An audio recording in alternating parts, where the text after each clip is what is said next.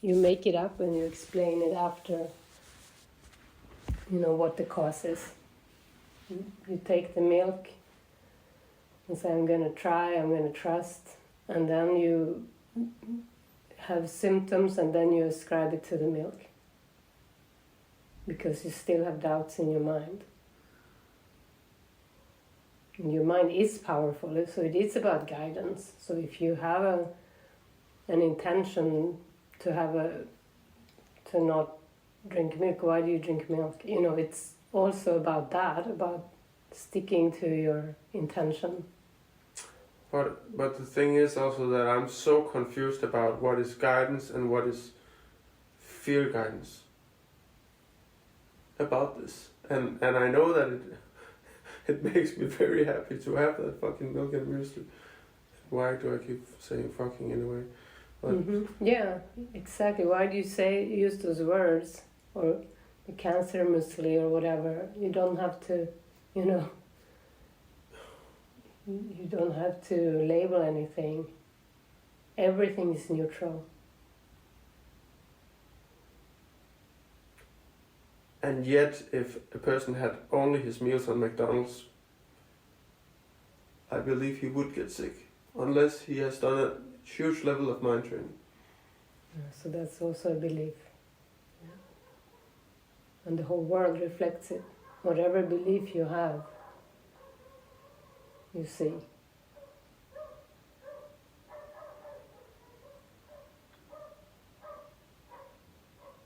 But it does come down to moment by moment guidance.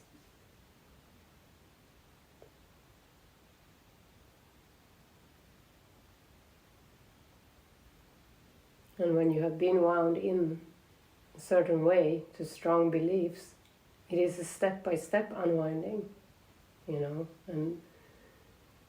sure, experiment with food, go beyond boundaries with joy, with joining and with trust, and watch the ego when you have done something you didn't do earlier, and see, how the ego wants to punish you, and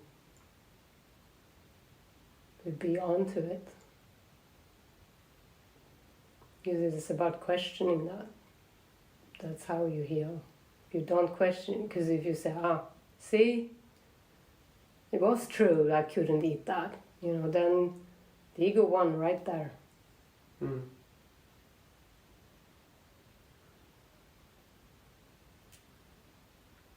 There's also a lot of sacrifice. In Denmark I would just only buy, kale and bananas and ginger and lemon and blueberries and blend it and eat that with roasted oats. And here there is all kinds of foods, and I believe it's a holiday, and I believe in variation makes me happy. So now I have choice and I have freedom.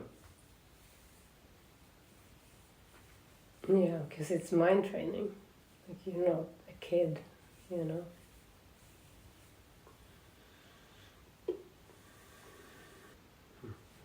I'm not sure what to say. Like, there is personal preferences as well. That was the other thing I mentioned. Like, I'm just saying this is something as well that would be good to be looked at. Your own personal preferences when it comes to food. And just looking out for number one, as long as Jonas gets this, Like, that's the energy I feel. And they're not judgments, it's just something that's felt,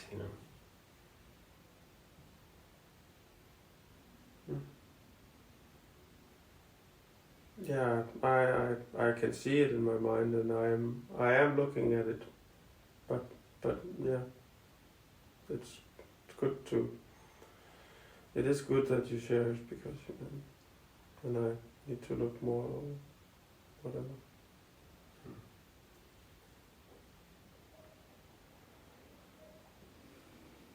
How are you feeling, Gareth?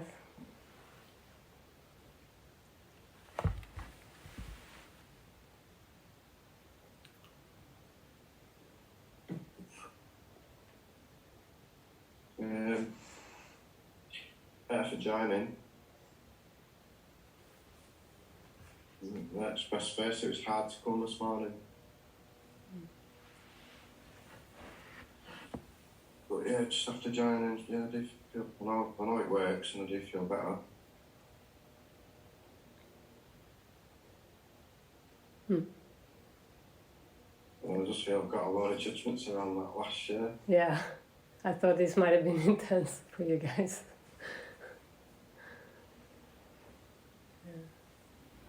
It kind of reminded me of the situation with the kids. Like the preferences of the kids, if we're going out for some food, one child will want one, so that one will want the other. Yeah. Or one will want to go, one won't want to go. Yeah. Then leadership. I'm trying to fix it in my mind, and even when Jonas was sharing, Matthew was talking about preferences, I was just thinking, well, why can't everybody just have what they want? I'm knowing I try and do that with the kids, try and please them both, but I can't. You can't. You can't split yourself into two.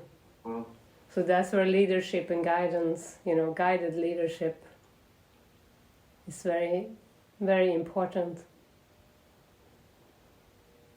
Yeah, so it was just interesting to see that. Yeah. And my other judgment was, Matthew said he had 2 pieces of bread, because I do this with the kids as well.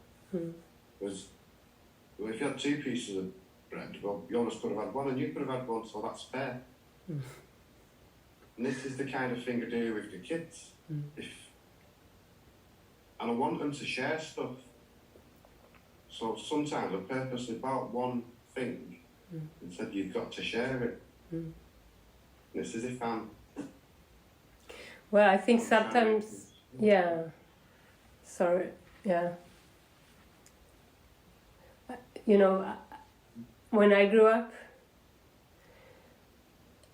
it had to be, I had 3 siblings with 4 of us. And if we had a soft drink, we only had 1. Maybe if it was a feast, we had 2 to share between the 4 of us. And so it was to pour in the glasses and make an exact equal amount, But this taught us so much lack. It taught me lack. I don't recommend it. It's more like flow. This is a much higher path than, it's flow. Like Matthew came into the kitchen, he was planning on eating the bread. Jonas came into the kitchen, he said he had an intention to join, but apparently he didn't say that. Instead, his way was, can I have half of your food? And it wasn't... I said, would it be annoying if I asked for a piece of bread? Yeah. Actually, yeah. to be honest. So, but there are many other things to eat, so that's the point. That's like, there are other things to make. Yeah. Sometimes. So when it's with the kids, it feels like picking one over the other. But then I feel there's a lot of guilt. I think it's kind of both not having it. Yeah, I think with the kids it's important to go with your inspiration. And look at that fear of picking one over the other. Maybe next time you pick the other over the one, over the other, it's more about flow. Because otherwise there is a learning of lack and of equality in form, and that doesn't really exist. But we teach with joy, Yeah.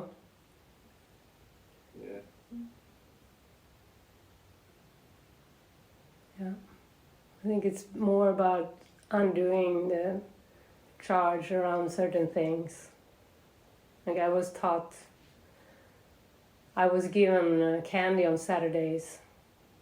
It was Saturday candy and no other day in the week. That was absolutely off. But Saturday it was candy, and sometimes it could even be lots of it. If grandfather came and gave us, or if there was a special event. And that made candy very special. Sweets became this charged thing that was like gold, or something. So I had to untrain, a lot of weird things like that. Yeah, I've heard something like that before, yeah. Mm. Yeah, because they do that with the kids as well. It's got, yeah. Yeah. Yeah, I can see how it is just teaching them latch. It's only allowed on one day. Yeah, it can be, yeah. Yeah, it's like follow your heart, and you'll never go wrong, really.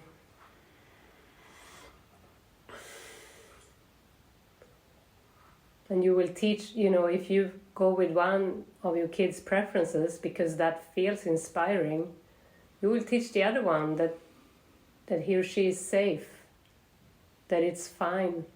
She doesn't have to have her own preference met in that moment.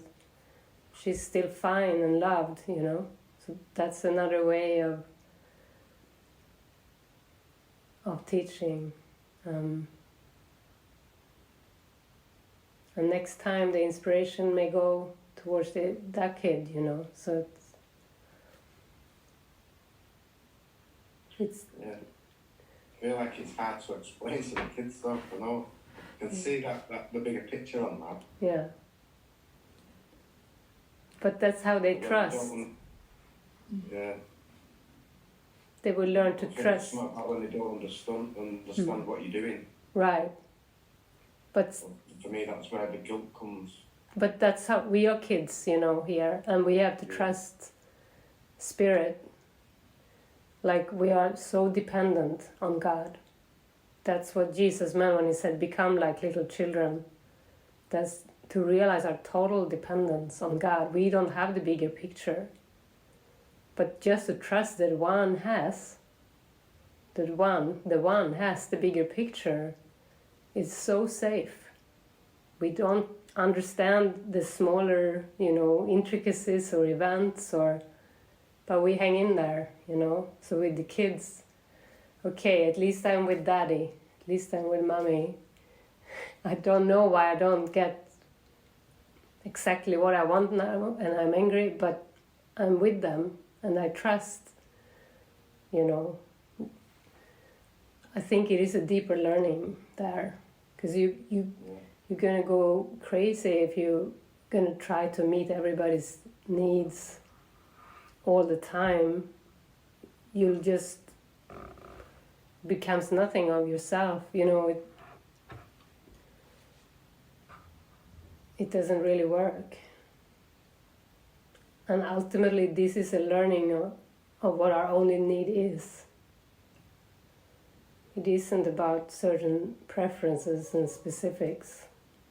Anyway, for anyone, kids or adults, it's not about that. But yeah, you can't explain that, to them. They may not understand, and there can also be a way of saying, well, just you're welcome to trust me now. This is what I feel we do now, and I love you. But you can say it the way it comes naturally, but yeah. I'm thinking of it, like it's funny how whatever we are taught is what we learn to like. Or my dad, his Saturday candy was a little lump of baking soda in water. That tastes awful, but he liked it because that's what he had learned, Maybe it was really good and cleansing for his body, but yeah, it's very strange how we learn things, And when my child was little, I was also into nutrition a lot. I gave him, so when I was cooking vegetables, I made sure to cook without salt. And then I cooled down the liquid, the water, and I put it in his to drink. Instead of drinking water, he got to drink the leftover water from the vegetable cook, and he liked it. He learned, drank that, you know. So it's all about what we're taught, and then we have to untrain and unlearn all of it when we're on the spiritual path.